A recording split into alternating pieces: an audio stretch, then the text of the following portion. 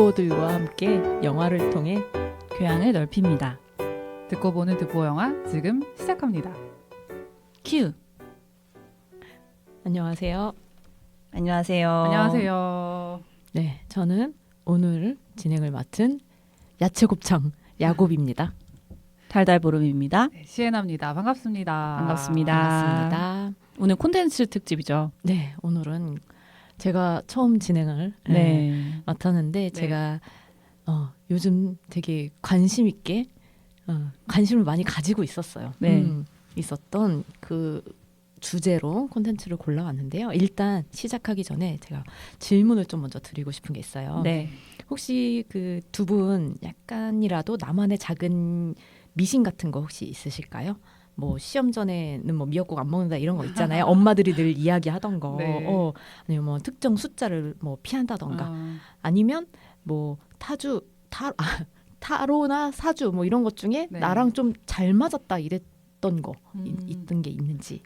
저 같은 경우는 예전 원래 매년 초마다 그 사주를 보는 작은 재미의 루틴이 있었어요. 그래서 이거 되게 오래 봤었는데 근데 올해 이거를 보다 보니까 제 개인 사주 정도는 사실 알거든요. 근데 뭐 매년 이렇게 뭐 매년은 뭐 2년에 한 번씩 갈 때도 있고 갔던 이유는 이제 해마다 기운들이 좀 바뀌기도 하니까 그 기운이 약간 나랑 잘 맞나? 그런 게 궁금해서 좀 찾아가기도 했고 제가 사주를 어느 정도 신뢰하기도 했는데 작년에도 사주 봤거든요. 작년 초에도. 근데 그때 딱 그 생각했어요. 아 이제 당분간은 좀 그만 봐도 되겠다. 내가 너무 다 아는 내용들이구나. 이래서 그냥 맨날 까먹는 거지. 사실 하는 질문도 좀 비슷하고 돌아오는 대답도 비슷하기도 하더라고요. 근데 또 올해가 되니까 또 보러 가고 싶더라고요. 그러니까 궁금은 해요. 네. 아직 안 보셨어요? 올해는 안 봤어요. 그래서 가면 돈 아깝고. 그렇죠. 그럼 허유생님한테 봐달라고 하면 되니까. 유생님 되잖아요. 듣고 있나 유생님? 그럼 예약을 유생님한테 좀 해봐야 되겠네요. 그래서 저는 다른 것들은 사실 그동안 별로 크게 신뢰를 안 했어요. 왜냐하면 좀 뭐 코에 걸면 코걸이, 귀에 걸면 귀걸이라고 생각했는데 뭐 사주는 그래도 학문이다라고 생각을 해서 저는 여태까지는 사주를 조금 즐겨봤던 편이라고 할 수 있고요. 달달 보름은 있으신가요? 근데 저는 그게 미신이라고 생각하기는 좀 어려운 것 같아요. 왜냐하면 제가 미신의 정의를 살펴봤는데 네. 합리적 근거 없이 비과학적이고 맹목적으로 믿는 신앙이나 행위가 미신이거든요. 근데 사주는 데이터가 있잖아요. 그렇죠. 그리고 해석하는 사람의 어떤 경험적인 데이터 또한 있고 그게 미신이라고 하긴 좀 어렵고 그건 개인의 믿음이 아닌가 싶고 미신이 이제 그런 통계. 거잖아. 빨간색으로 글씨 쓰면 죽는다. 그렇지. 빨간 맞아, 종이에 맞아. 빨간 볼펜으로 이름을 써서 불태우면은 저주 받는다. 이것 그런 때문에 거. 초등학교 때 학교 주차장에서 한 적 있어요. 네. 선생님한테 그리고 걸려서 불장난한다고 걸린 적도 있어요. 그런 거 있잖아요. 뭐 달달 보름 시에나 한 다음에 획 써가지고 뭐 몇 퍼센트 맞아. 이런 게 미신 아닌가? 그건 사랑이지. 그래서 그러면 그런 관점에서 제가 가진 미신이 뭐가 있나 하는데 없더라고요. 저는 소원 누나 이런 것도 안 믿고 그리고 뭐 빨간 글씨 당연히 안 믿고 결혼 날짜 같은 거 안 받았어요? 받았어요. 전혀. 나도 안 받았어. 네, 그냥 했어요. 네. 그냥 그리고 뭐 했어. 사주 임신했어. 임신도 그냥 했고 어, 자연분만 그냥, 했고 심지어 그래서 그런 거 전혀 개의치 않아 하고 오히려 그냥 나의 개인적인 믿음이 있다면 저는 천주교인이지만 불교 수행을 하는 사람으로서 그리고 또 요가를 하는 사람으로서 지금 세 종교에 걸쳐 있는 거거든요. 힌두교와 그러네요. 불교와 천주교에 걸쳐 있는데 그냥 이 공부를 다 하면서 느끼는 게 뭐냐면 그냥 어떤 에너지가 계속 흘러야지 순환이 된다라는 그런 믿음이 있거든요. 그래서 그거를 제 관점에서는 어떻게 보냐면 사회적으로는 봉사를 좀 하고 기독교에서는 봉헌을 좀 하고 또 불교적으로는 보시를 많이 하라고 얘기를 해요. 그래서 그런 믿음 같은 게 좀 있고 이거는 미신이라고 보기 어려운 것 같아요. 카르마적인 걸 그냥 믿는 거예요. 그쵸. 까르마라고 힌두교에서 얘기하는 까르마랑 또 불교에서 얘기하는 까르마가 좀 다르긴 한데 그렇긴 하고 그리고 개인적인 또 믿음 같은 게 있으면 제가 꿈자리를 되게 잘 살피거든요. 그래서 작년에 제가 호주에 떨어져서 지금 살고 있는 친구의 임신 꿈을 꿨어요. 그 친구가 임신하는 꿈을. 그래서 진짜 오랜만에 연락해봤는데 너무 소름 끼치면서 어떻게 알았냐. 맞아 말했던 것 같다. 지금 오. 32주 차인데 너한테 얘기를 안 했다. 근데 꿈에서 분명히 쌍둥이라고 했거든요. 근데 그 전에 그 시험관을 해서 한 아이를 보냈다고 하더라고요. 그런 게 있었고 며칠 전에는 꿈에서 제가 엘리베이터를 타고 주차장에서 어디로 내려갔는데 수술실 이렇게 이멀전시 수술실 이렇게 써 있는 그 간판이 보이면서 어떤 침대가 이렇게 쭉 나가는 거예요. 그래서 제가 할아버지가 나이가 되게 많으세요. 그래서 할아버지가 아프신가 하고 옆에 있는 그 간호사가 누구한테 할아버지냐고 물어봤는데 할아버지라고 했던 것 같거든요. 제 생각에는. 그래서 딱 꿈을 깨고 나서 그때 한 찰나에 잠들었어요. 5분? 그래서 남편이 왜 그래? 그래서 전화 좀 해봐야 될 것 같은데 하고 엄마한테 전화를 했는데 아무렇지도 않게 받으시는 거예요. 그래서 엄마 혹시 무슨 일 있어? 했더니 왜? 그래서 꿈자리가 별로 안 좋아서 그랬더니 사실은 아빠가 지금 병원에 있어 그러는 거예요. 3일 전에 수술을 받으신 거예요. 여기 뼈가 산산조각이 났대요. 넘어지셔가지고. 그래서 철심을 받는 수술을 받았대요. 그래서 그런 촉들이 되게 좋아요. 제가 그 꿈자리 촉이 주변 사람들 그런 거 잘 맞추고 태몽도 좀 잘 꺼주고. 근데 이것도 미신이라고 보기는 너무 잘 맞아서 심지어 남편은 너무 무서워하면서 너 이러다 작두 타는 거 아니냐 막 이런 얘기를 해가지고 그럴 리 없다. 나는 하느님 있는 사람이라서 하느님이 날 지켜주신다. 그런 거 약간 막 예지몽 그런 거 아니에요? 그러니까. 근데 예지몽이랑 좀 어려운 게 3일 전에 일어난 일을 지금 꾸는 게 예지몽인가? 어쨌든 말을 안 했는데 내가 나한테 온 거니까 누가 메시지를 전달해 준 거 아닐까? 네, 예지몽이라기보다는 좀 내가 그 호주에 있는 친구랑도 강하게 연결되어 있다라는 것 같고 아빠도 천륜이잖아요. 그런 게 약간 무의식에 그냥 있어서 꿈에 나온 것 같다라는 생각이 너무 들어요. 신기하다. 진짜. 그래서 좀 잘 봐서 꿈을 좀 꿀 때는 많이 신경을 쓰는 편이에요. 저도 약간 사주 한때 네. 재밌어서 저도 매년 이제 갔는데 어느 순간 진짜 늘 같은 얘기만 하고 네. 속으로 아니야 이러면서 그럴 거면 돈을 왜 쓰냐고. 그건 그렇게 해석하는 거 아니야. 또 잘못 알고 있네 이런 식으로 하고 있는 나를 보면서 아저씨 기준이네 이러면서 맞아. 마음에 그건 있더라고요. 요즘 시대 그 해석이랑 그런 게 있는 것 속으로 같아요. 계속 그건 너 기준 내 기준 아니야 막 이러면서 평가하고 있어서 맞아. 네, 저도 어느 순간 발길을 좀 끊었었어요. 네. 어릴 때 숫자 4를 피했어요. 뭔가 그 무서운 게 있었어요. 네. 그 심어놓은 거죠, 약간. 그쵸. 지금도 병원 가면 F층이라고 돼 있잖아요. F층 맞아요. 있는 옛날 건물들 있잖아요. 4층 없는 데도 있어요. 있어. 그래가지고 어릴 땐 그게 되게 무서운 약간 서양 미신 같은 숫자에 담겨 있는 그런 거 있잖아요. 666. 666은 오히려 나 이렇게 안 무서운데 어릴 때 어. 사회에 대한 죽을 사람 겹쳐진다. 막 이런 것 때문에 일기장에 써 있더라고요. 나는 4학년에 올라왔다. 근데 4반이다. 근데 14번이다. 난 이제 올해 큰일 났다. 이게 일기장에 있더라고. 올 한 해가 걱정된다.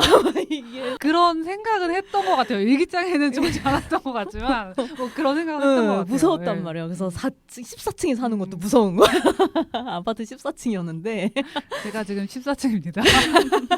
4층 아닌 게 어디예요? 그러니까 그랬는데 이제는 사실 저도 뭐 손 없는 날 이런 거 하나도 안 듣고 그냥 내가 되는 날에 이사하고 뭐 결혼 날짜 이런 거 당연히 안 받았고 그런 남 얘기 잘 안 듣는 사람들이니까 그랬는데 제가 이제 오늘 이런 질문을 한데 이제 이유가 있죠. 오늘 제가 골라온 그 콘텐츠와 맞닿아 있는데 요즘 그 점술이나 이런 뭔가 샤머니즘 같은 콘텐츠가 심상치가 않더라고요. 네. 네. 그래서 그 타로 사주 카페도 엄청 많고 그 사주 앱들이 있잖아요. 네. 이런 걸 요즘 20대가 제일 많이 쓰고 있대요. 점신.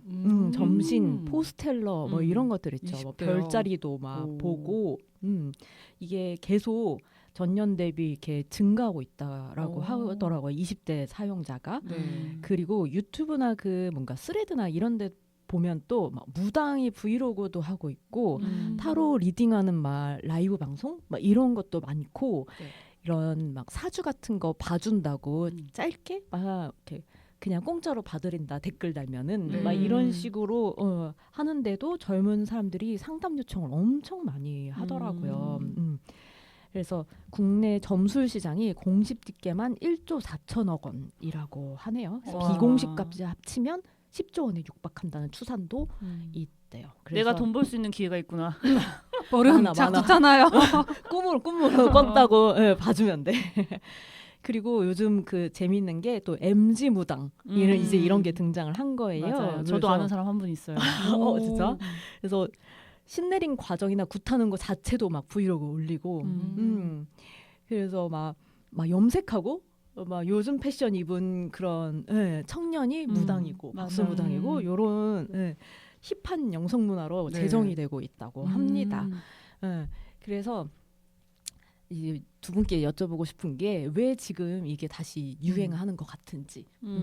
보름 먼저. 저는 이게 두 가지를 해석을 했는데 긍정적 의미랑 부정적인 의미로 해석을 해봤어요. 그러니까 그 영성이라는 말 자체가 함의하고 있는 긍정적인 의미랑 부정적인 의미가 있잖아요. 근데 부정적인 의미 먼저 말을 하면은 이게 미신이랑 결탁이 돼 있는 게 부정적인 의미거든요.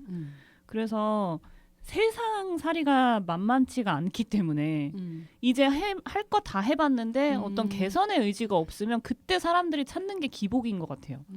왜냐하면 이게 이해가 안 되잖아. 내가 할 수 있는 이성적인 선택을 해가지고 최선을 다했는데도 나아지지 않으면은 그때는 잡을 수 있는 게 기복밖에 없거든요.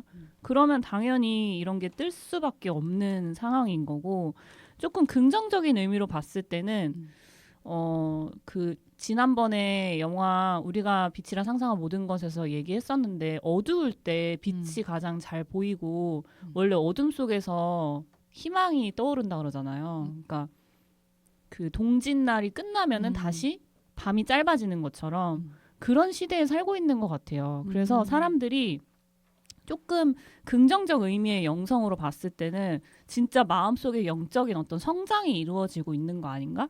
그런 생각을 동시에 해서 저는 어떻든 일단 후자 쪽으로 갔으면 좋겠어요. 모든 사람들이 같이 영적으로 성장을 한다면 좀 세상이 좋아지지 않을까. 이 사람들이 나중에 희망이 되지 않을까? 그런 생각을 또 가지고 있습니다. 그러니까 결론적으로 얘기하면 사회생활과 모든 세상이 어려워졌기 때문에 기복을 선택하는 것 같다.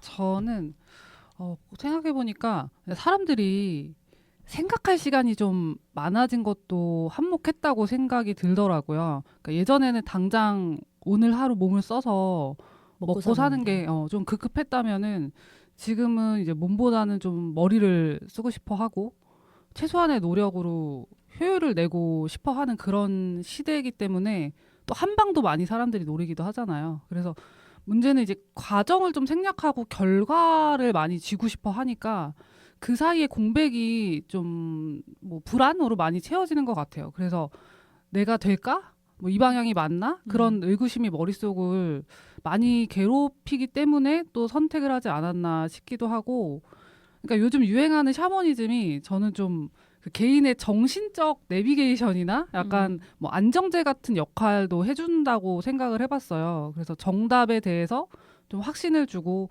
불안을 잠재워주는 이제 처방전 같은 역할을 해주기도 한다고 생각을 하고, 그래서 지금 현대에 또 다시 더 많이 유행한다는 거는 좀 이런 어떤 불확실성을 좀 상쇄하고 싶은 그런 심리적 방어 기제이자 좀 효율적으로 마음의 어떤 뭐 평화를 얻으려고 하는 그런 거 아닐까라고 저는 좀 생각을 해봤습니다. 그리고 우리나라가 모든 종교가 기복이랑 뗄래야 뗄 수가 없어요. 그래서 종교 안 믿는 사람들이 이제는 기복의 민족인 우리나라 사람들이 그냥 샤머니즘으로 빠지는 거다. 너무 맞아요. 당연한 수순인 것 같아요. 저도 그렇게 생각하는 게 사실 그냥 종교나 이거나 한 끗 차이다라고 생각을 하기 때문에 그러니까 자유가 너무나도 자유로운 시대가 됐잖아요. 근데 그쵸. 오히려 사람들은 오히려 너무 자유로우면 불안이 더 커지잖아요. 그렇지.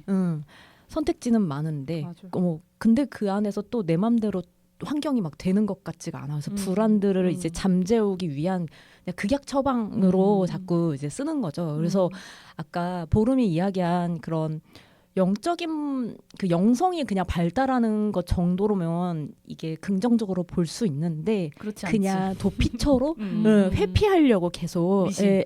찾는 이제 그런 행태로 젊은이들이 혹시 가고 있을까봐 걱정이 또 되는 부분이 있긴 한 것 같아요. 그러니까 자꾸 네. 답을 듣고 싶은 거지. 음. 확신은 안 생기고 음. 불안은 한데 옛날에는 아까 말한 것처럼 그러니까 당장에 먹고 사는 게 급급했으니까 일단 그냥 열심히 노력만 하고 결과를 기다렸는데 이제는 그게 과연 될까라는 것들을 너무 선행으로 너무 많이 봐가지고 네. 그냥 당장의 불안을 잠재우기 위해서 이렇게 자꾸 소모가 되는 것이 아닐까 맞아. 생각이 들었어요. 근데 기복이라는 게 저도 되게 부정적인 시각으로 많이 봤는데 또 한편으로 다른 게 그냥 그 사람이 가질 수 있는 최대한의 해결책이 기복일 수도 있어요. 그러니까 어떤 과정인 거죠.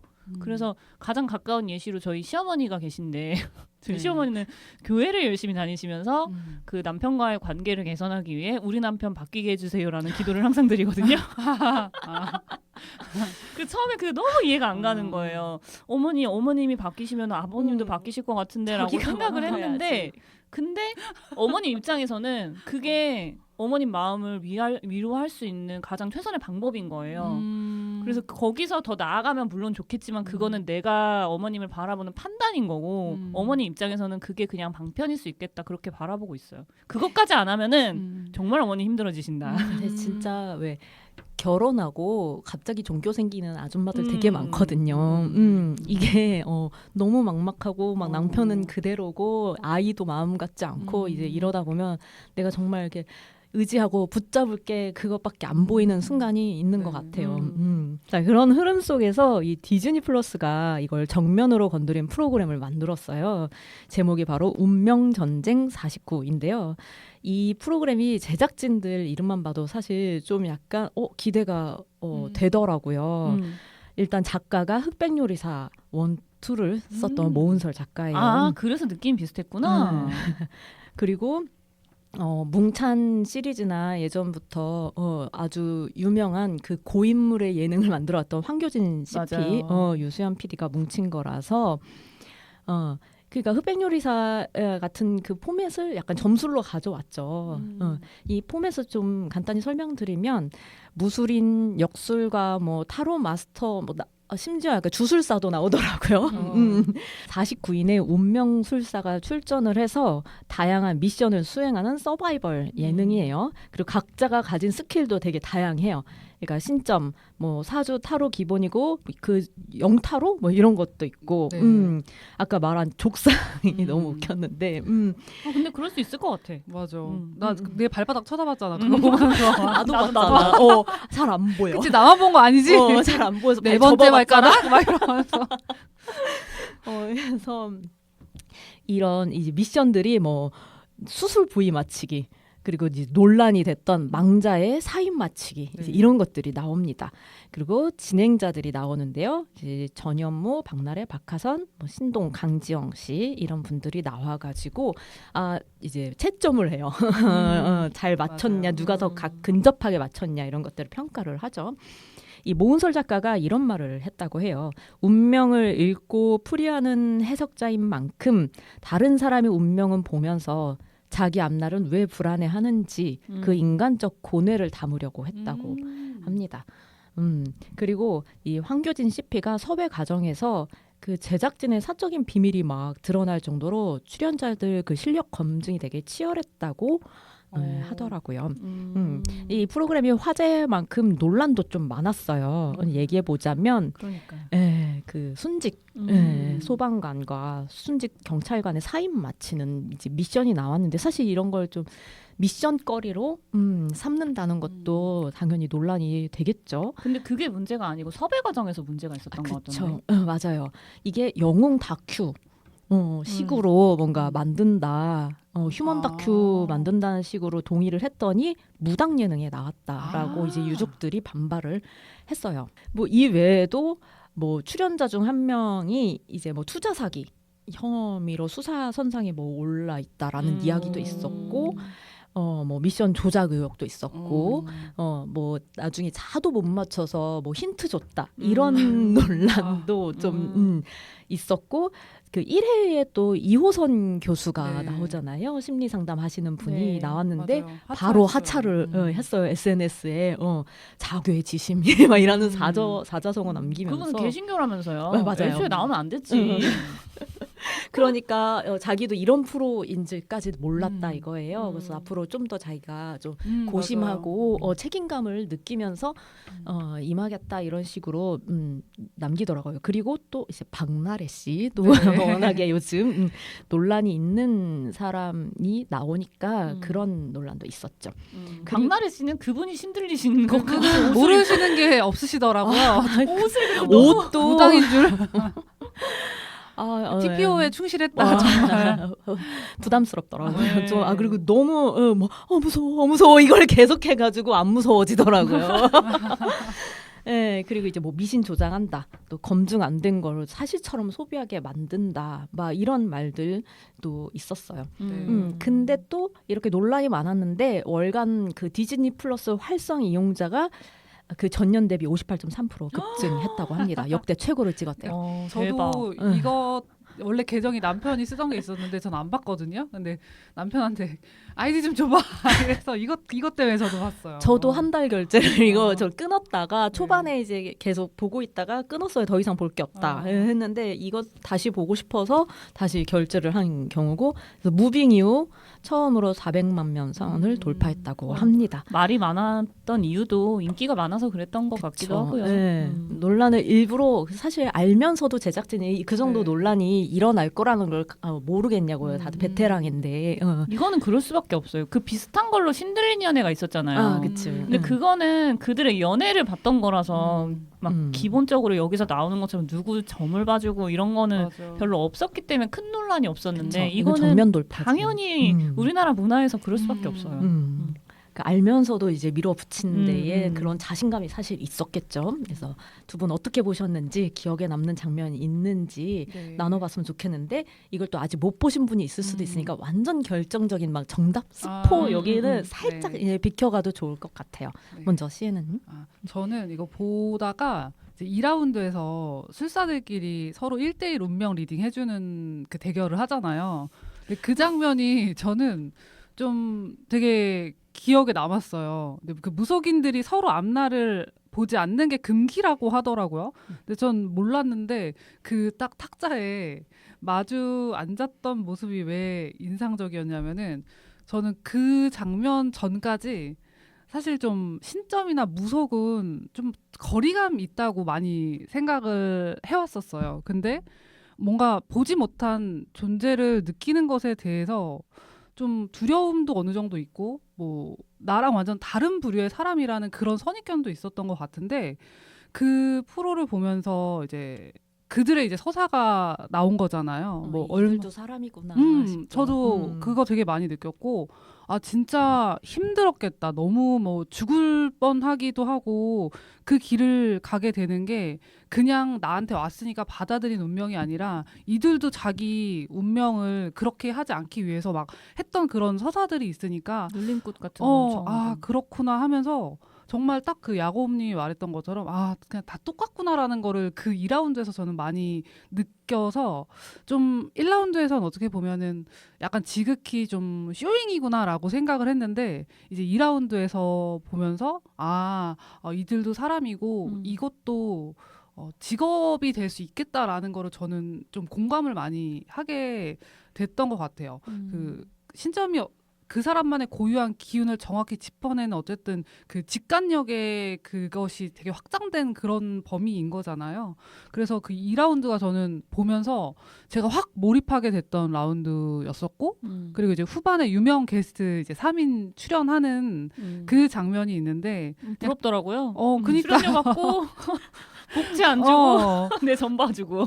맞아. 그러니까 그걸 보면서 그냥 든 생각이, 이게 또 다른 현대인들의 그런 심리 상담이 될 수도 있겠다라는 게 되게 많이 느껴졌던 장면이에요. 뭔가 이제 처방으로도 이제 좀 어려운 그런 것들, 약으로 어려운 그런 것들이 이렇게 뭔가 길에 대해서 조언을 해주고 위로해주고 뭐 알려주고 이런 한마디가 때로는 더 그 약보다 큰 힘이 되기도 하잖아요. 그래서 심지어 의사가 나와서 그걸 보고 있으니 맞아요. 그 유명한 사람이 그래서 되게 샤머니즘이 가진 공감의 힘을 많이 느꼈고 좀 인간적인 면모를 다시 보게 됐던 시간이었어요.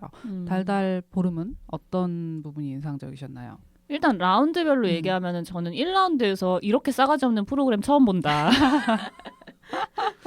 그리고 제가 본 거는 그 논란이 된 거 다 삭제가 됐어요. 저도요. 네. 저도 그거 못 봤어요. 네. 그거는 진짜? 편집됐더라고요. 맞아, 재편집했다. 왜냐면은 지금 경찰청에서 고소한다고 하던데. 네, 디즈니 플러스 자체 제작진을 고소한다고 해서 그 부분은 아예 그냥 없애서 저는 네. 그 논란이 된 부분은 못 봤는데도 불구하고 그 왕자 사진을 띄워놓고 하는 게 너무 불쾌한 거예요. 뭐 이딴 프로그램이 다 있지? 막 이러면서 본 것 같은데 그게 약간 어그로성으로 그렇게 만들었던 것 같고 1라운드를 그리고 사실 거기 49명 앉아가지고 그게 좀 이해가 안 갔어. 그 뭔가 선착순으로 맞추는 거를 하잖아요.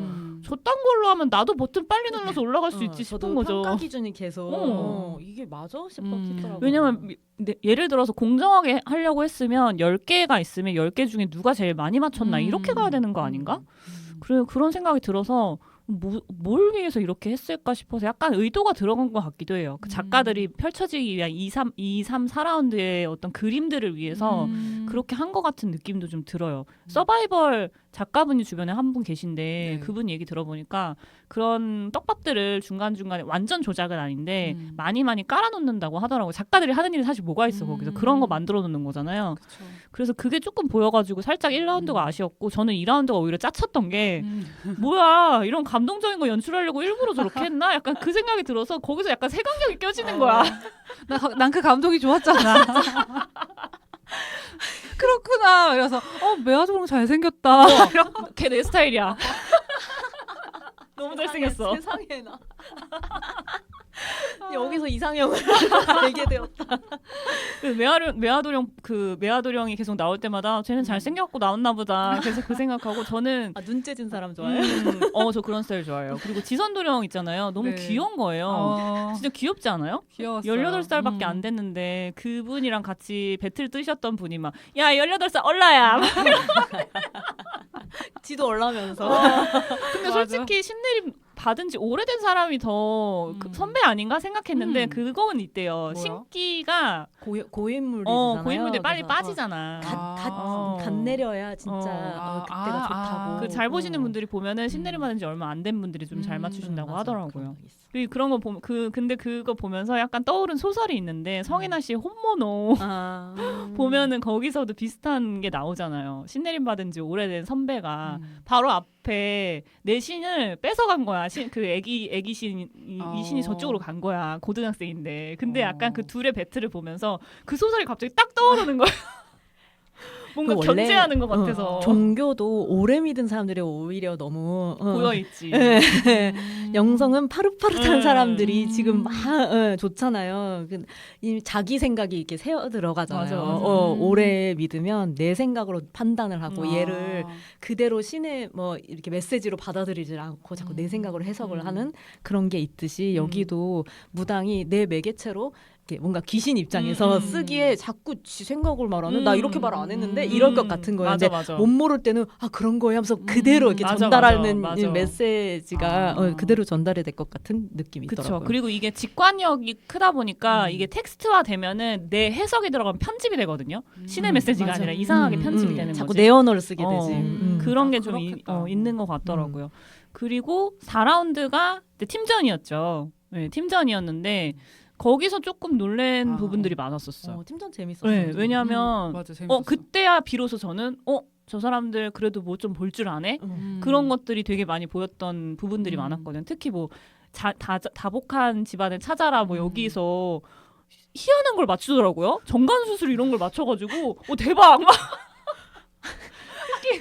근데 그거 액자를 바로 뒤집잖아요. 근데 무당들이 직접 앞에 가서 막 보러 다니잖아. 그거 액자 보이지 않았나? 뒤에 가족 사진? 그게 힌트였나 그러면?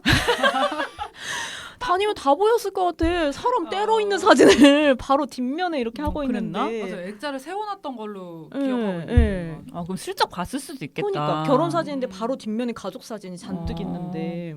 그랬을 수도 있겠네. 근데 저는 보면서 느낀 게 이게 사람들이 막 자꾸 그러잖아요. 뭐 제대로 맞추지도 못하면서 다 미신이네 이렇게 얘기하는데 신들도 그 사람 우리가 잘하는 영역이 있듯이 신들도 잘하는 영역이 있을 거란 맞아요. 말이에요. 그럴 것 같아요. 그래서 다 못 맞춰. 건강 파트 뭐 이런 거 뭐 연애 돈 파트, 파트, 맞아, 건강 맞아. 파트 막. 그래서 그 어떤 이소비님이었나 그분이 막 되게 솔직하게 얘기하잖아요. 맞아요. 이거는 우리 신령님이 못 그 보시고 돈 관련된 건 못 음, 본다고 잘. 퇴근하셨다. 건강 위주라고 오히려 말씀하셨어요. 그렇게 얘기하니까 되게 신뢰감이 드는 거.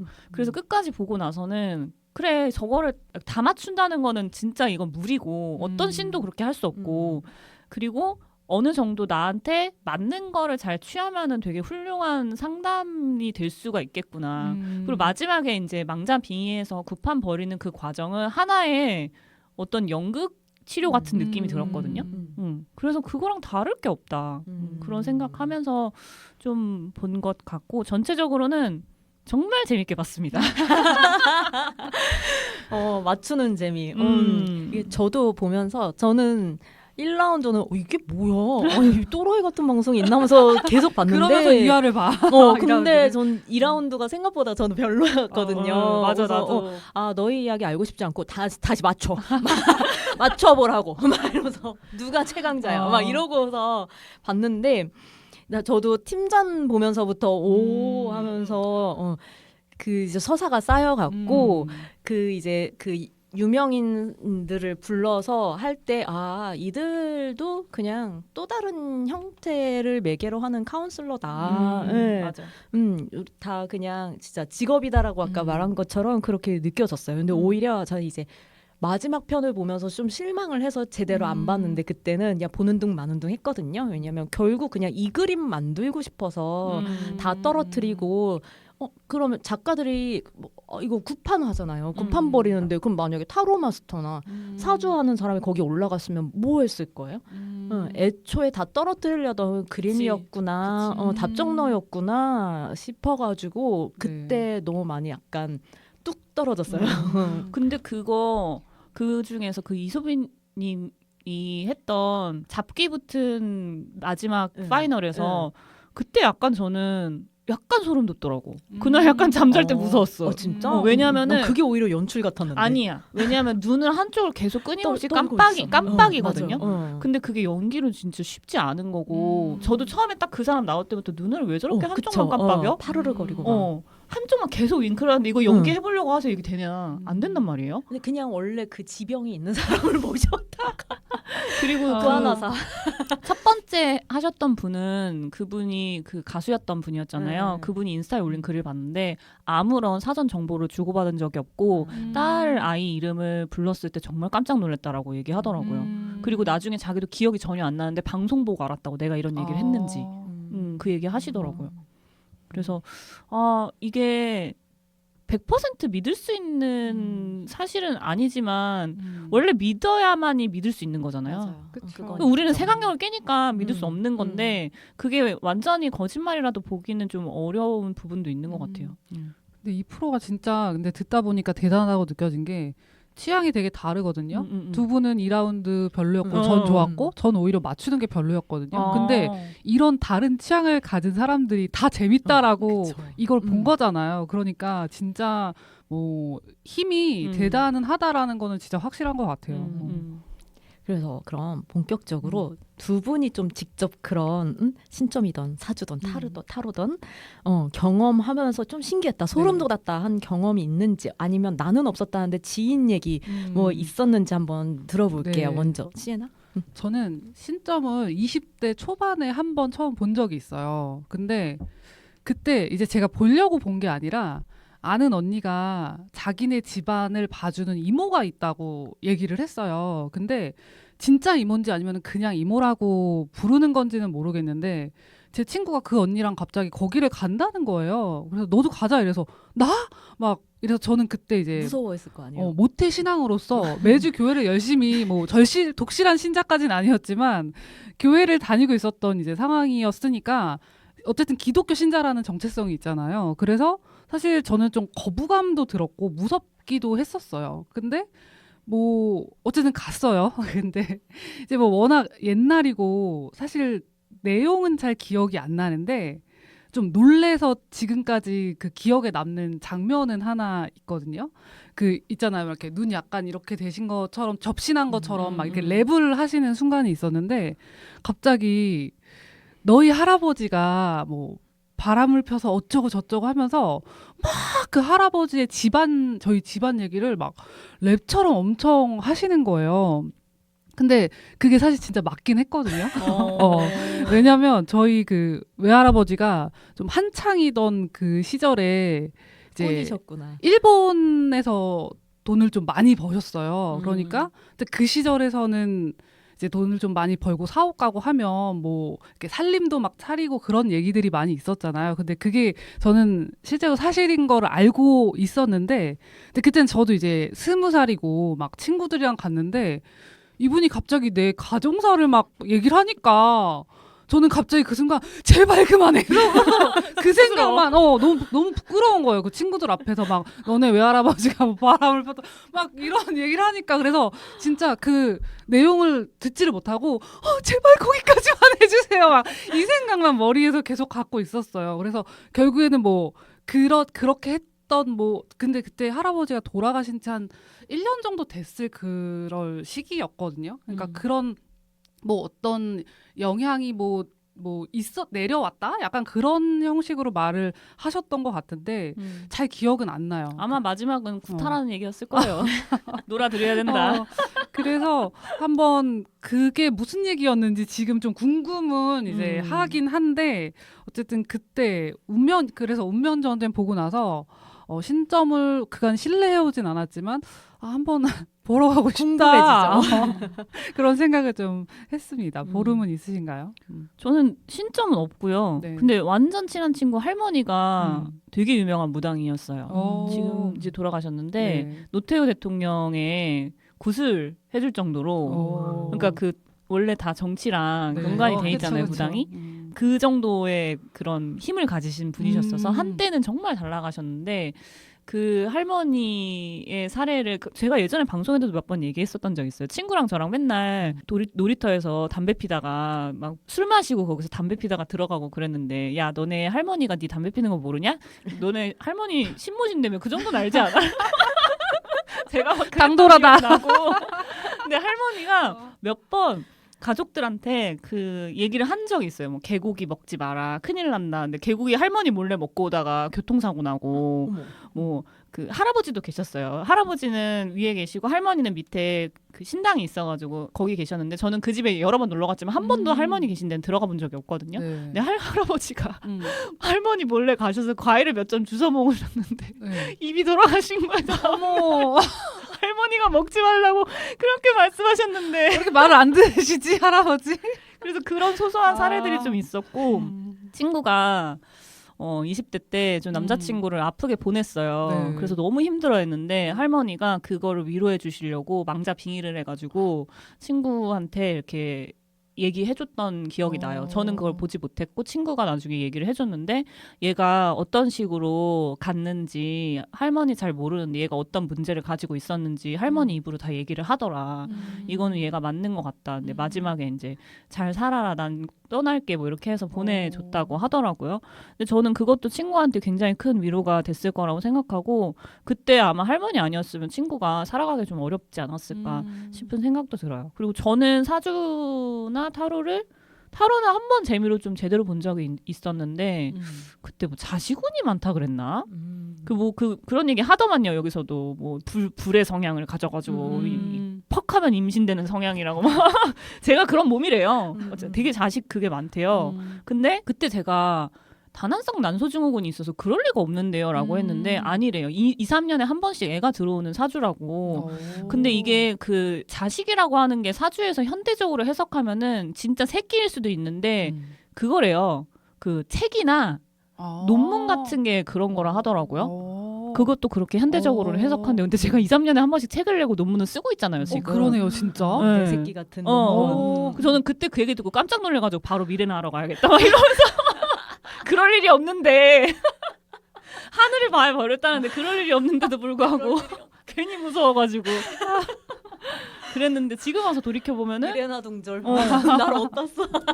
나를 왜요? 그분이 그때 해석했던 그 자식 얘기가 이거 책이었나 보다 그런 그럴 수도 생각도 있겠다, 진짜. 좀 들어요. 그리고 작년에 제가 여기 말고 언니들의 복신의 살롱이라고 거기서 홍칼리 작가님이랑 같이 녹음을 했었는데 그분이 MG 무당이거든요. 근데 그분이 그때 저한테 부적도 써주고 뭐 전생도 봐주고 했는데 그거는 약간 재미로 듣긴 했어요. 근데 그런 게 든든하더라고요. 저는 제가 아침마다 기도를 하는 사람이고 성당에 가서도 기도를 하고 뭐 뭔가 어떤 신을 위한 그런 저만의 대화를 하기는 하지만 누군가가 날 위해서 직접적으로 기도해준다는 그 힘이 엄청난 거예요. 그래서 그때 칼리님이 여기 오기 전에 두 분을 위해서 기도드렸어요라고 얘기하는데 너무 좋은 거예요, 그게. 그래서 이래서 가는구나. 어떤 힘을 받기 위해서, 위로를 받기 위해서 그 생각이 좀 들었습니다. 저는 제가 이제 20대 때 첫 졸업하고 처음 입사한 그 직장을 다니면서 그 돈 모으는 재미를 막 느꼈었어요. 그러면서 그때 막 그런 여러 가지 분산 투자를 하고 막 저축 상품 엄청 가입을 하고 그때 또 막 상호저축은행에 막 적금이 금리가 8% 맞아. 10% 8% 막. 리먼 전인가? 전이었어요. 직전이었어요. 맞아, 그때 많이 됐었어. 그래서 그때 뭐 월 80씩 거기에다가 막 적금 붓고 막 이런 재미로 다니다가 갑자기 이제 아는 사람이 이끌려 다단계에 간 적이 있어. 아 진짜? 근데 이게 뭐 오래 머물고 거기서 뭐 가산 탕진하고 이러진 않았는데 그걸 이제 해보겠다고 뭔가 합리적인 사업 같은 거야. 그래서 회사를 관뒀어. 회사를 관뒀어. 뭔가 애터미 느낌 있잖아. 그래서 그때 또 이제 남친을 만난 거예요. 전 남편이야. 그래서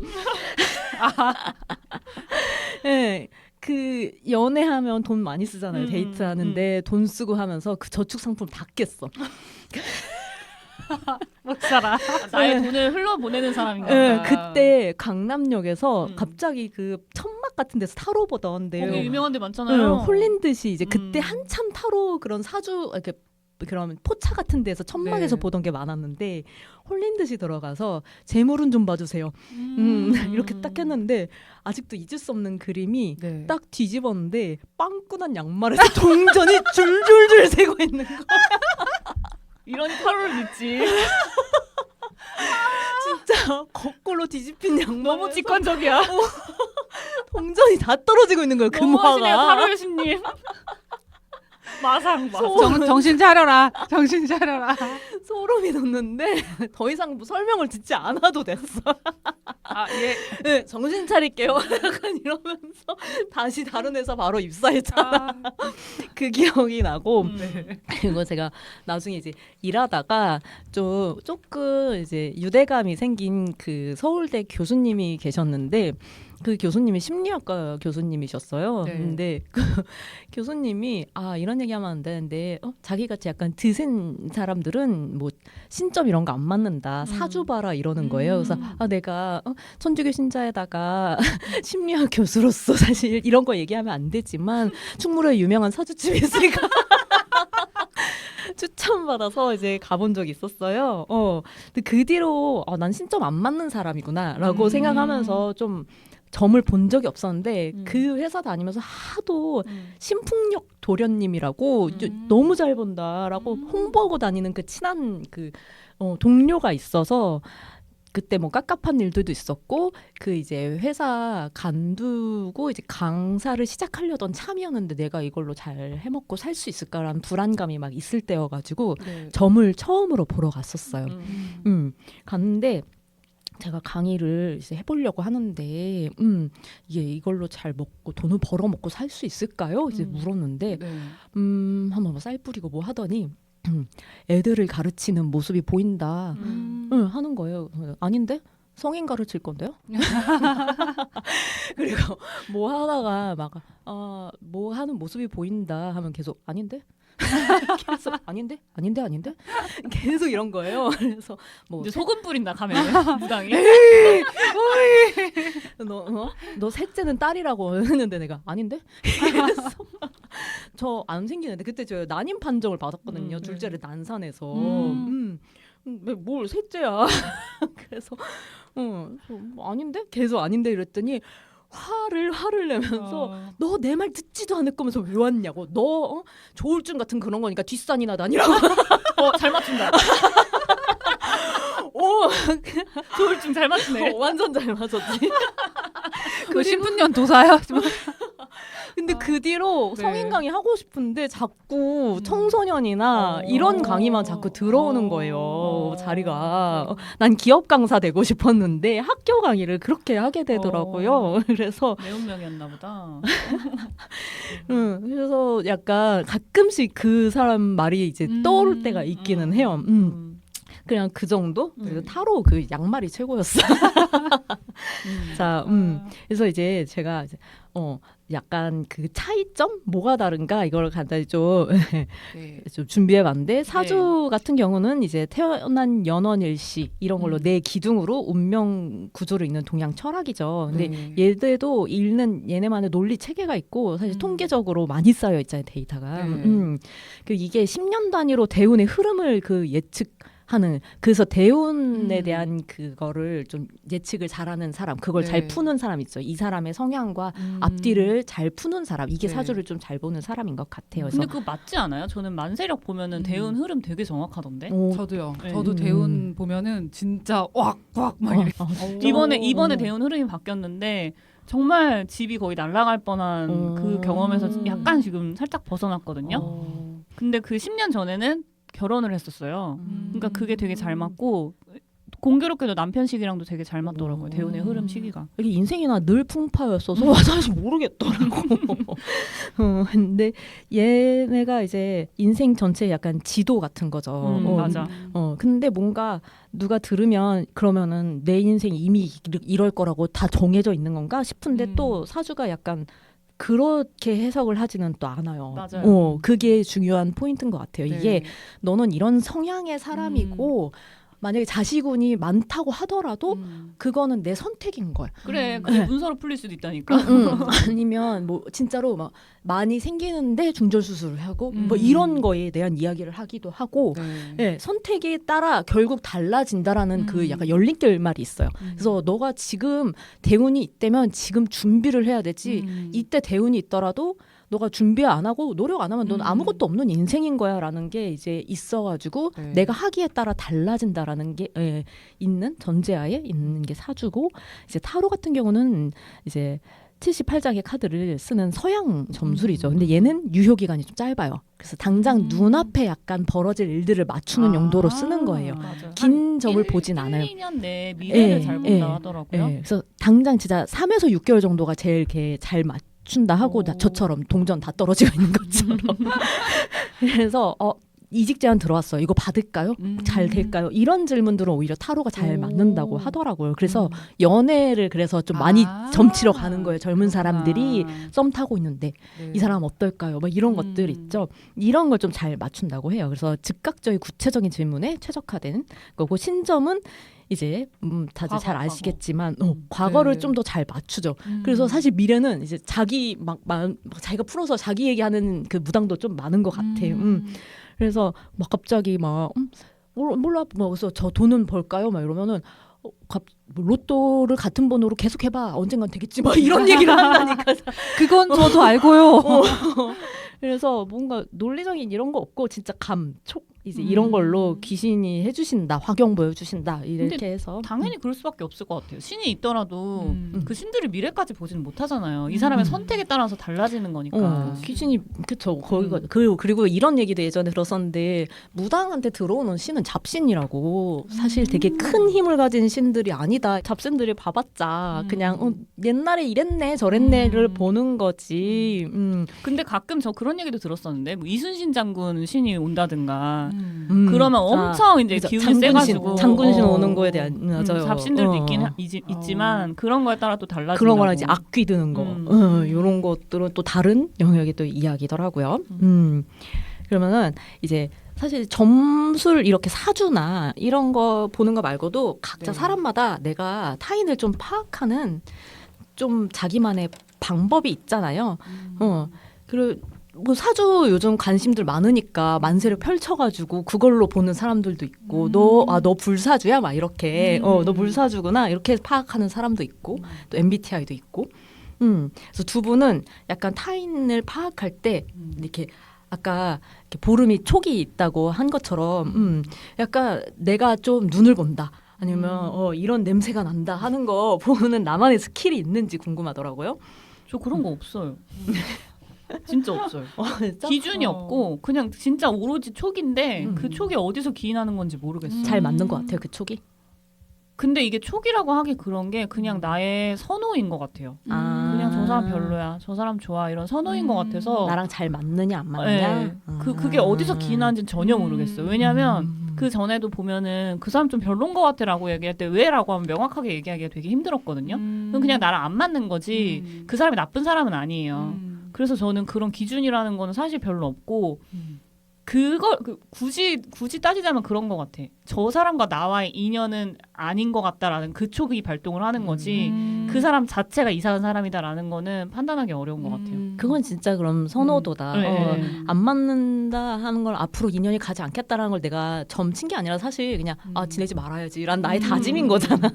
근데 그렇잖아요. 지금 여기 우리 셋은 잘 지내고 있지만 내가 어디 가면은 미친년 소리 듣는 것처럼 누구한테는 왜? 이렇게 지극히 정상인 사람이 누구한테는 나는 나쁜 사람일 수밖에 없는 거거든요. 그치. 네, 그 사람 취향에 따라서 그래서 저한테는 그런 판단 기준은 없는 것 같아요. 저는 뭐 관상을 보는 사람도 아니고 MBTI도 안 믿고 뭐 사주 이런 것도 그냥 참고용이지 합이 잘 맞는다 이런 거는 잘 보지 않는 편이라서 저도 보름이랑 비슷한 것 같아요. 저는 제가 보는 거는 그냥 같이 있을 때 약간 그냥 그 상대방의 태도를 많이 보는 것 같기는 해요. 그래서 왜냐면은 사실 사람들이 사회생활은 다들 비슷한 나이면 비슷한 경험치만 해봤기 때문에 경험은 많이 다들 해봤잖아요. 근데 저는 좀 사람 대할 때 그러니까 최소한의 배려 약간 그런 거를 갖고 있는 게 그냥 어느 정도 예의 있는 사람이 좋거든요. 근데 그것조차 없는 사람들이 있잖아요. 그러니까 저는 그것조차 없는 사람들이랑 내가 뭐 애써가면서 계속 만나고 싶은 마음은 안 생기더라고요. 그래서 그냥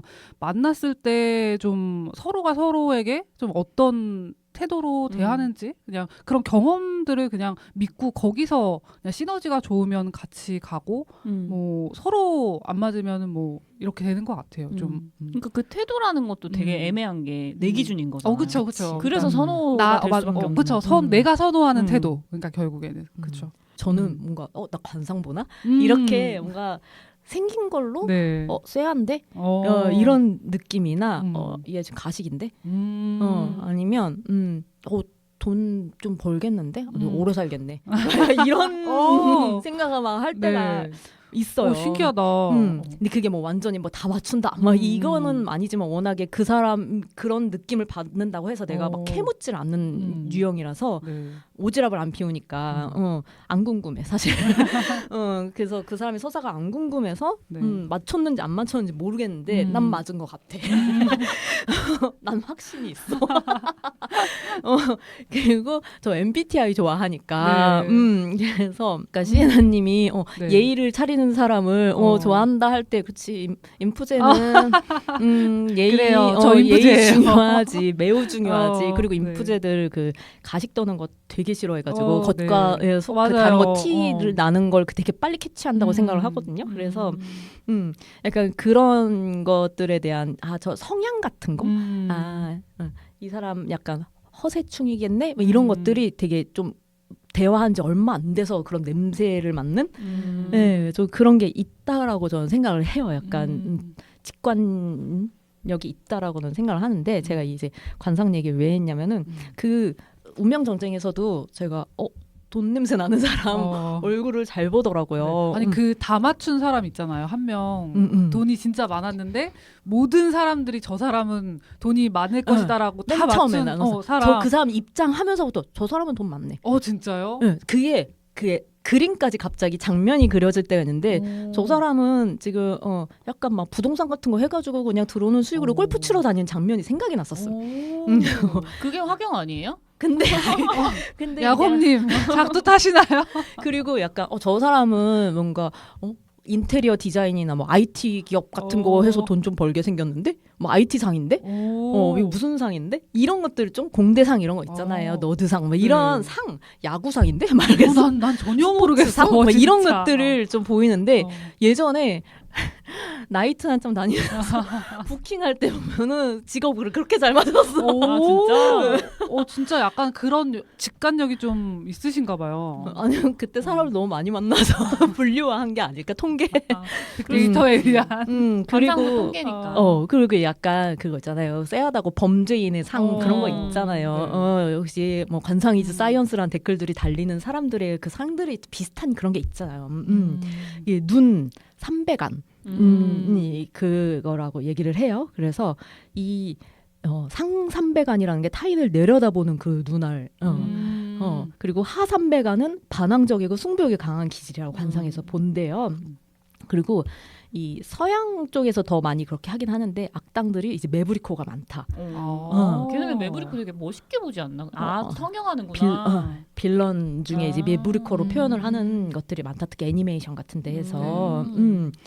그래서 약간 그리고 영화 캐릭터 같은 데서는 좀 눈동자 흑백이 뚜렷하고 날카로운 눈이 관상학에서 신기가 있는 눈이라고 한대요. 그래서 파묘에서의 긴고운 눈빛 같은 게 그런 신기 있는 눈이다라고 늘 하더라고요. 그리고 타인에게 상처를 주는 관상학 있는데 미인형인데 눈 밑살이 도드라지고 입술이 얇고 더글로리의 박연진 같은 얼굴. 그래서 화려하고 재능이 있긴 하지만 관제 구설을 부르는 뭐 관상 뭐 이런 캐릭터도 있다고 하더라고요. 그래서 관상이즈 사이언스죠 약간 이런 식으로 생각하게 있는데 제가 이렇게 캐릭터 분석도 막 해보고 뭐 찾아보다 보니까 약간 몇 가지 여러분들하고 이야기하고 싶은 것들이 있었어요. 네. 그 운명kun전 보면서도 계속 생각을 했었는데 그 사람이 결국 내가 내 운명 정해져 있는 걸까 아니면 내가 만들어가는 걸까 하는 논란이 철학적으로 오래된 논쟁이잖아요. 그래서 약간 뭔가 첫 번째로는 결정론 같은 게 있죠. 그래서 18세기 수학자가 라플라스가 이제 만약 우주의 모든 입자 위치와 속도를 아는 존재가 있다면 과거와 미래를 완전히 계산할 수 있다라고 말을 했어요. 그래서 자유의지는 사실 환상이다라고 하는 주장이 있었고 또 뇌과학자 리벳의 실험이 있는데 우리가 의식적으로 결정하기 0.5초 전에 이미 뇌에서 행동 신호가 발생을 한다고 하는 거예요. 그거 진짜 재밌더라고요. 그래서 내가 결정했다고 느끼는 순간 내가 이미 결정 내린 그 상태였던 거죠. 그래서 이제 약간 뭔가 결정돼 있다라는 결정론적인 게 있고 또 운명은 자유의지다. 그래서 이제 실존주의적이죠. 사르트르가 실존이 본질을 앞선다. 해가지고 선택을 통해서 우리가 스스로 만들어 나가는 거다. 이런 또 주장이 있고 또 사주에서 아까 말한 것처럼 결정론처럼 보이는데 또 내가 그거를 다 조정해 갈 수 있다라는 또 입장도 있고 그리고 심리학적으로 이제 봤을 때는 심리학자들도 주장한 게 조금씩 다 다르잖아요. 워낙에 많아가지고 그래서 내가 실존주의적인 그런 거 이론을 바탕으로 심리학 그걸 뭐 좀 디벨롭한 사람들은 이거 다 내가 바꿀 수 있는 거야라고 하는데 또 그렇지 못하는 게 있다라고 하는 사람도 있고 환경과 그런 게 다 내 선택이 만들었다라는 것도 있고 그래서 뭐 성격의 50%는 유전적 기질이고 50%는 또 환경이고 뭐 이렇다. 뭐 이런 이야기도 있고. 그래서 세 분은 내가 어느 입장을 가지고 좀 사는 사람인지가 궁금하더라고요. 세 분이란다. 두 분이. 나까지 세 분이니까. 아니 귀신 있어 여기? 무서워. 안녕하세요. 누굴 소환한 거야 지금? 보름. 저는 사실은 자유의지를 100% 믿는 사람은 아니에요. 이게 되게 근데 그런 건 있는 거죠. 내가 믿는다는 거 그 사실 하나만은 나의 자유의지다. 다른 것들은 사실 조종하고 있는 것 같은 조종되고 있는 것 같은 느낌이 들어요. 어떤 습관에 의해서. 그게 이제 불교 용어로 하면 까르마인데 근데 그게 아니라 내가 믿는다고 선택하는 것 그리고 내가 이거 싫지만 하고 있는다는 그 사실 그것만이 나의 자유의지인 것 같고 네. 그런 측면에서 제가 얼마 전에 들었던 신부님 강론이 생각이 나는데 인간들이 과학적인 사실을 바탕으로 믿는 것은 증거를 통해서 믿는 거기 때문에 그건 자유의지가 아니다라고 말씀하셨어요. 그러니까 내가 어떤 믿음을 내 스스로 선택해서 가진다는 것만이 진짜 큰 자유의지라고 우리는 그걸 보여줘야 된다라는 말씀을 하셨거든요. 인간에게는 크게 네 가지 자유가 있다고 하나는 내가 하고 싶은 걸 하는 자유, 하기 싫은 걸 안 한 자유, 이거 우리 맨날 하잖아요. 그리고 하고 싶은 걸 안 할 자유, 하기 싫은 걸 할 자유, 이것까지 같이 있어야 대자유가 온다는 거예요. 그래서 제가 아침마다 너무너무 귀찮지만 일어나가지고 108배 하고 명상하고 하는 이유가 이 네 번째 거를 얻기 위해서거든요. 그 대자유를 얻어야만 진짜 내가 이 속박된 삶 속에서 조금이나마 뭔가 해탈의 길을 갈 수 있지 않을까? 그래서 저는 그 사주에서 얘기하는 98%의 운명과 2%의 노력?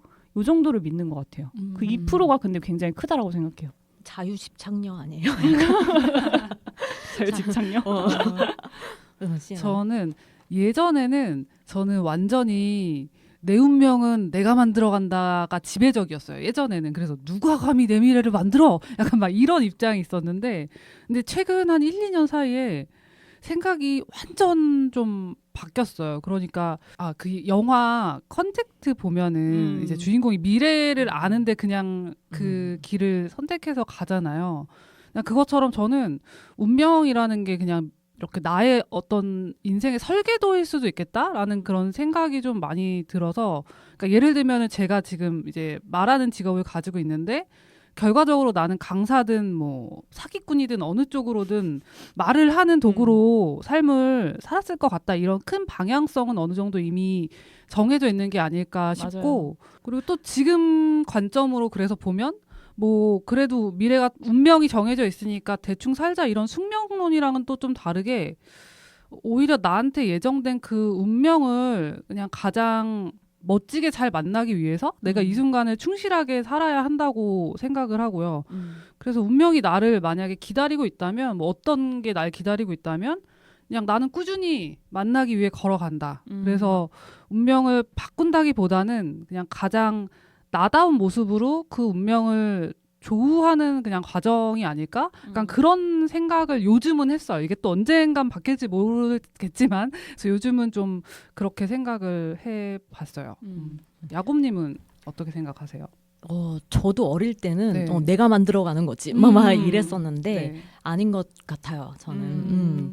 그리고 제가 이제 30대 중반쯤에 이제 너무 사는 게 힘이 들어서 이제 스스로 성당에 처음 걸어갔을 때 뭐 네. 원래 뭐 집안에 종교가 있고 이런 게 아니었는데 네. 그때 이제 제가 제일 이제 뭔가 마음에 들어있던 구절이 있는데 네. 이렇게 조슈아 여호수아에서 이제 내가 명한 것이 아니냐 음. 하면서 그냥 하라는 대로 해라 까라면 까라 약간 이런 느낌이 있는데 내가 너무 그냥 붙들고 이거 이렇게 할까? 저렇게 할까? 너무 불안해. 어떡하지? 하면서 답을 막 원할 때에 그냥 내가 뭘 선택하던 그거는 그분이 뭐 정해준 길이겠지? 라면서 그냥 담담히 네. 담대하게 받아들이고 가야겠다라는 맞아요. 그런 마음가짐으로 좀 세상을 살기 시작했던 것 같아요. 그래야 번뇌가 없어요. 맞아요. 그래서 약간 그냥 운명이 정해져서 난 어차피 안 돼 이게 아니라 내가 무슨 선택을 하던 그게 뭐 이게 어떻게 가던 그냥 담대하게 가자. 이게 뭐 정해진 길이었겠지. 원래 나 돌아보면 그런 길을 내가 살 운명이었겠지. 그냥 이런 식으로 받아들이고 있는 것 같아요. 그래서 그리고 사실 그 사주에서 성향 같은 게 되게 잘 맞는 느낌이 진짜 네. 사주가 왜 재밌었냐면은 나중에 뭐야. 진짜 여기 생긴 대로 살고 있네. 그 보고만 보면 그렇더라고요. 결국 이렇게 내가 살고 있네. 그래서 나 잘 안 봐. 짜증나. 모르는 게 나아. 진짜 그 꼬라지로 살고 있는 내 모습을 보게 돼서. 저는 막 사주 보면서 그 처음엔 내 사주가 되게 싫었는데 나중에 이제는 내 사주가 난 좋아졌어. 그래도 이제 그래서 자기 보기에서 약간 좋아질 때도 있고 결국 이런 날 꼬라지 막 이러면서 맞아. 가끔 자기 혐오 올 때도 그래 있죠. 난 못했지 사주에 있네 막 이러면서 맞아. 안 돼. 사주였네. 막 이러면서 그냥 밀어놓고 다시 또 살아가고 이러는 용도로 좀 써먹고 있는 게 아닐까. 저는 믿음이 그런 것 같아요. 자기가 믿는 것에 책임을 지는 것. 그게 믿음인 것 같아요. 뭐 뭘 믿든 네. 진짜 내 행동에 책임을 좀 져야 되는데 책임 안 지고 자꾸 뭐 해달라고 빌고 이거는 아니지 않나 그런 생각을 해보게 됩니다. 맞아요. 그럼 뭘 믿어도 상관없는 것 같아요. 맞아. 뭐 신을 믿든 아니면은 점집에 있는 무당을 믿든 뭐 영타로를 믿든 뭘 믿어도 내 믿음에 책임만 진다면 그 전제만 있다면은 좀 나은 세상이 되지 않을까 싶어요. 제가 최근에 그 운명전쟁 보고서 네. 타로도 봤고요.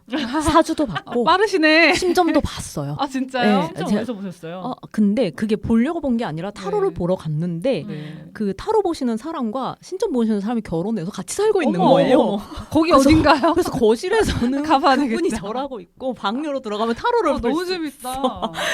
다 같이 가자. 좋아. 봤는데 저는 역시나 신점은 잘 안 맞는다. 그냥 이 생각이 몇 그냥 년 있다 한번 봐봐 또. 또 몰라 진짜. 또 그때 가면 음. 그때 그 말을 해줬었는데. 내가 거기서 무슨 질문을 했는지는 차마 내가 비방용이라서 말을 안 하겠지만 어쨌든 그랬어요. 그래서 신점은 별로 이제 내 스타일 아니다 하고서 사주를 마지막에 보러 갔는데 사주도 이제 그만 봐야겠다 싶어서 그날 밤에 온 나의 생각은 그냥 너 불안했구나. 맞아. 그래 맞아. 그랬구나 하고 이제 받아들이고 나서 어차피 이 사람들이 뭐라고 하던 그 사람들도 이런 형국을 읽었을 때 내 기준으로 풀어서 해석해 주는 거잖아요. 맞아. 그러니까 자꾸 사주 보는 사람이 이래야 돈 잘 벌어. 나 지금 재물은 물어본 거 아닌데. 그래서 이렇게 해야 돈 잘 벌지 자꾸 마케팅 하라는 거예요. 뭐 그러고서 이거 하면 뭐 돈 벌고 뭐 돈 벌고 계속 그 얘기만 했을 때 돈무새네 돈무새. 거부감이 네. 그리고 그러는 너는 지금 돈 별로 안 번 것 같은데 이제 이 생각을 내가 하고 있는 나를 보면서 그냥 내가 해야지만 알 수 있는 것들에 대해서 내가 모르는 남의 답을 듣고 싶었구나. 그러니 해소가 계속 안 되지. 라고 나온 결론은 결국 나한테 달려 있지. 너무 그냥 명백한 건데 하면서 그 생각 들면서 그냥 좋은 경험도 했다. 콘텐츠 만들려고 경험했다. 이제 이러고 왔거든요. 사람들이 아까 얘기한 것처럼 마음이 불안할 때 많이 가고요. 저도 그 홍갈리님이랑 친해져가지고 한 번은 가서 나도 상담을 좀 받아보면 좋겠다는데 아무리 쥐어짜내려도 물어보고 싶은 게 없는 거예요. 근데 이게 내 마음이 지금 건강해서 그런 거구나. 맞아요. 저는 이제 딱 가고 싶은 내가 진짜 하고 싶었던 일을 그 자리가 났는데 이게 가서 잘할 자신이 사실 없었던 거고 너무 처음 하는 일이라 그리고 될지 안 될지도 모르겠고 이게 먹고 사는데 그만큼은 돈은 벌 수 있을까? 막 이거에 대한 불안감이 이제 덮치니까 그 답을 듣고 싶었던 거예요. 그래서 그냥 답은 내가 내렸어 결국. 자 그러면 자, 마무리하면서 각자 그런 관련된 뭔가 운명이던 미스터리, 샤머니즘, 영성 어떤 키워드든 연결되면 좋으니까 네. 좀 콘텐츠 하나씩 추천해보고 이제 마무리 지어볼게요. 저는 이거 하다 보니까 나 진짜 되게 다 좋아하는구나라는 생각이 들었는데 제가 되게 대학교 때부터인가 그 일본에 이시 유칼이라고 주간 운세가 이렇게 일주일에 한 번씩 올라오는 게 있어요. 근데 띠별로? 그 자리별로 뭐 무슨 자리 무슨 별자리. 별자리가 올라오는 게 있는데 이게 약간 해석이 이렇게 뭐 몇 줄씩 올라오는데 아리송한 말로 맞아. 올라오는데 근데 그게 되게 뭔가 아리송하지만 저는 또 약간 그런 경우도 좀 있었거든요. 그래서 물론 안 맞을 때도 있지만 그래서 전 재미로 그냥 생각날 때마다 이게 일주일에 한 번씩이니까 또 자주 볼 수도 있잖아요. 그래서 가끔 생각나면 한 번씩 보기도 하고 제가 유튜브 채널 중에 그 타로 마스터 이제 정혜도님이라는 나 그 분 사람 알아요? 그 사람 유명해.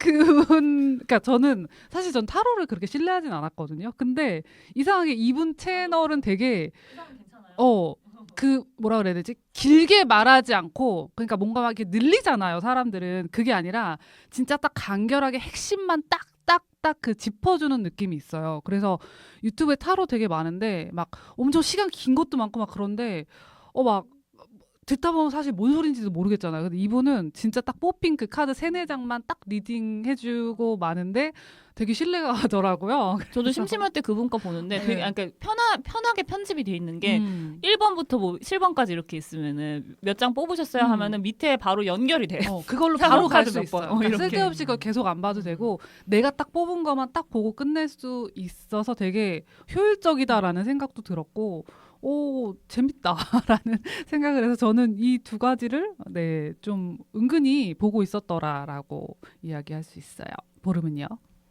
저는 그 작년에 샀던 책 중에서 네. 과학이 주목하는 죽음 이후의 일들이라고 음, 지금 이화여대에서 물리학 교수하고 계신 분이 네. 임사체험 관련한 것들을 물리학적으로 분석해서 쓴 논문을 모아놓은 책이에요. 그래서 네.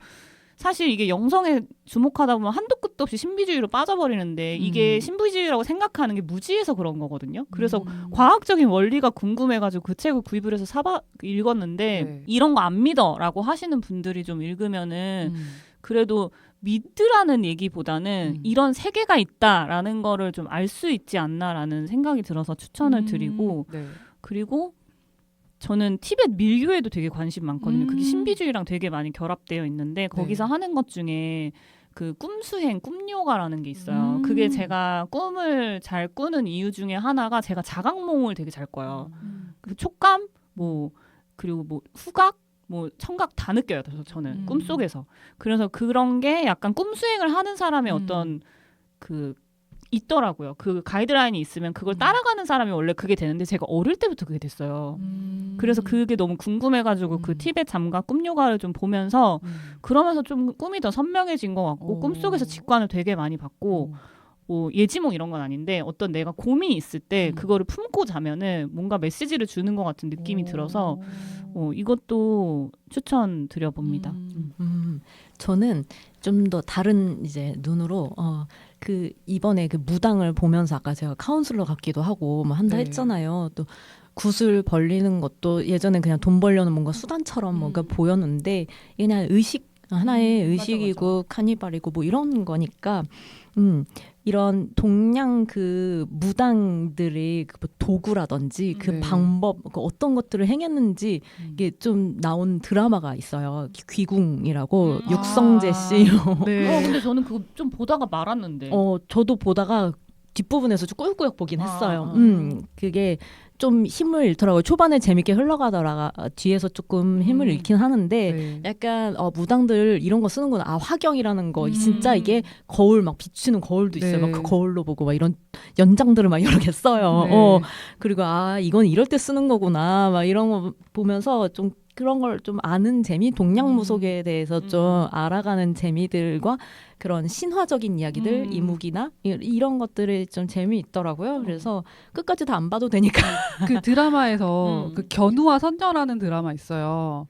거기 그 추영우랑 조희연 배우가 나오는데 여주인공 캐릭터가 무당이거든요. 근데 그 이름이 제 본명과 똑같은 캐릭터가 나와요. 그래서 이 영화는 아예 그 주인공 자체가 무당으로 나와서 이것도 되게 재밌어요. 견우와 선녀.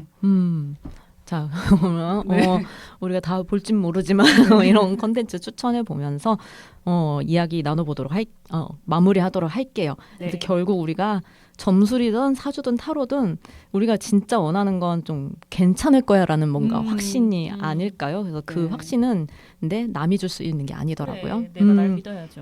그래서 자기 확신을 좀 더 키워가는 여러분들이 됐으면 좋겠습니다. 네. 듣보영화 인스타그램 아이디입니다. db.movies db.movies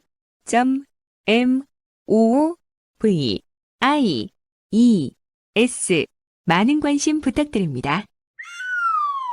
다음 주는 제가 준비한 영화 주희에게로 저희 네. 주희에게 만드신 감독님을 저희 듣보 최초로 게스트로 섭외를 하게 됐어요. 네. 그래서 같이 찾아뵙겠습니다. 네, 다음 주에 만나요. 안녕. 안녕.